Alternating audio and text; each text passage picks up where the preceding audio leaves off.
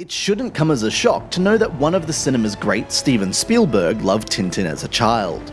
The books were, and still are, packed with the kind of adventure, mystery and surprises that make for riveting reading for a child.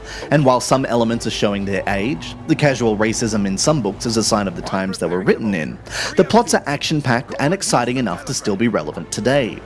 What's more of a shock is that Gameloft, a company not known for surprises or innovation, has managed to pull off possibly one of the best and most imaginative film tie-ins I've played for years.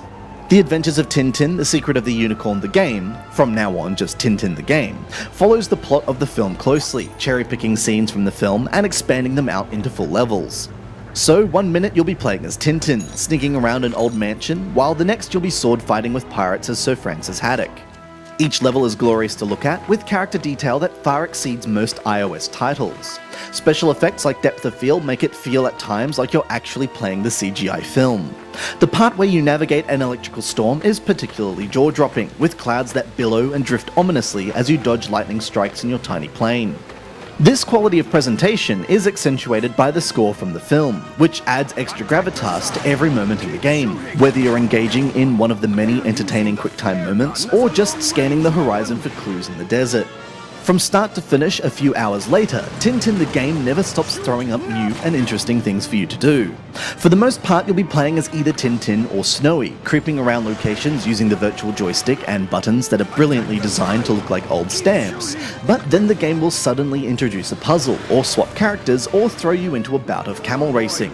There are even moments when the game turns into a 3D version of Cut the Rope, and these are as entertaining as they are surprising.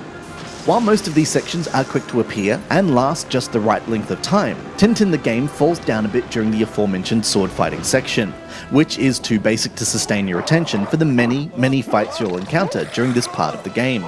In general though, Tintin the Game comes across as a title that received a huge amount of care and attention, a rarity in one of the most commonly slapdash of genres. Take the many cutscenes for example. Rather than force you to sit patiently while it rattles off the current bit of plot, Tintin the Game places coins and jigsaw pieces around the scenery, which, once tapped, unlock special puzzles from the main menu.